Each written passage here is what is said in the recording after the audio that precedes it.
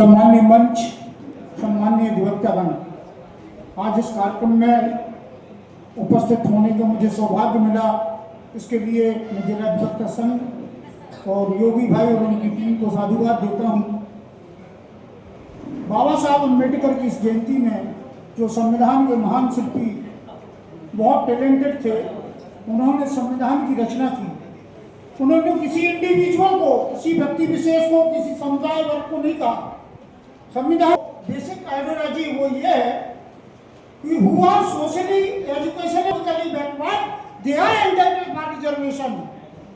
उन्होंने किसी इंडिविजुअल का नाम उस संविधान की मूल विचारधारा में नहीं रखा, किसी से पक्षपात नहीं किया। तो सामाजिक रूप से, आर्थिक रूप से, शैक्षणिक रूप से यदि बैकवर्ड है तो हर प्रत्येक बंदा संविधान में आरक्षण का पात्र होगा। अलग बात है कि विषय से विषयांतरित होकर वर्तमान परिवेश में उस संविधान का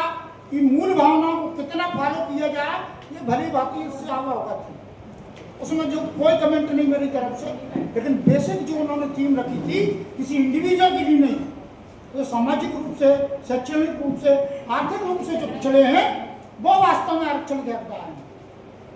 और सबसे बड़ी बात, संविधान में जो हमें फंडामेंटल राइट दिए गए, मौलिक अधिकार दिए गए हैं, उस मौलिक अधिकारों के अलावा संविधान में राष्ट्र के प्रति हमारे कर्तव्य,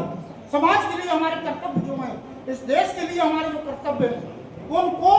विशेष रूप से मैं ये कहना चाहूँगा कि जितनी आप अपने मौलिक अधिकारों की बात करते हैं,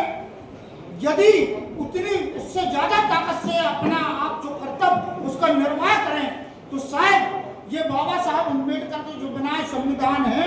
उसकी मूल भावना के लिए जो आपके द्वारा उठाया गया सार्थक कदम होगा। और दूसरी बात, महात्मा ज्योतिबा फुले,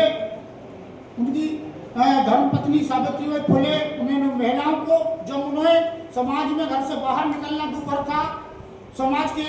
कितने ताने सुनने पड़ते थे, कितनी छीटाकशी सुननी पड़ती थी, उसके बाद में महिलाओं की शिक्षा के लिए उन्होंने अपना अमूल्य योगदान समाज को दिया। तो मेरा वर्तमान परिवेश में महिलाओं से ये आग्रह है कि जिन माँ बाप ने जन्म दिया, अपने जीवन की सारी पूंजी लगा के आपको अपने पैरों में खड़े करने के लिए आपको शिक्षा की व्यवस्था कराई,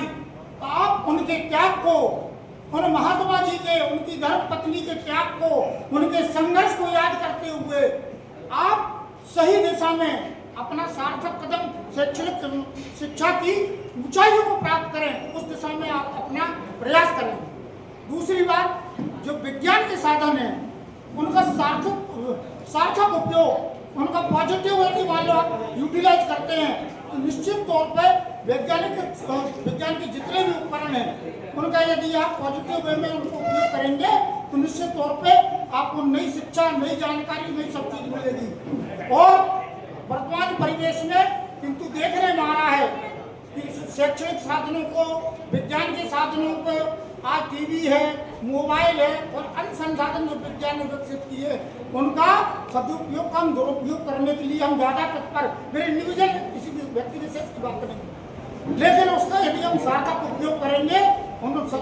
जो संसाधनों का, तो निश्चित तौर पे हम जो है कुछ सीखने की दिशा में, शिक्षा जगत में नई चीज़ें प्राप्त करने की दिशा में हमारा अच्छा सार्थक प्रयास होगा। तो मैं मूल रूप से यही भावना अपनी जो रखना चाहूँगा, इन महामानवों से हम एक शिक्षा लें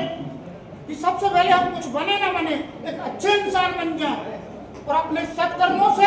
हम अपनी दशा और दिशा सुधार सकते हैं। ये संकल्प इस मंच में आज। जय हिंद, जय भारत। धन्यवाद सर, आपने समय को ध्यान में रखते हुए अपनी बात को रखा। हमारे बीच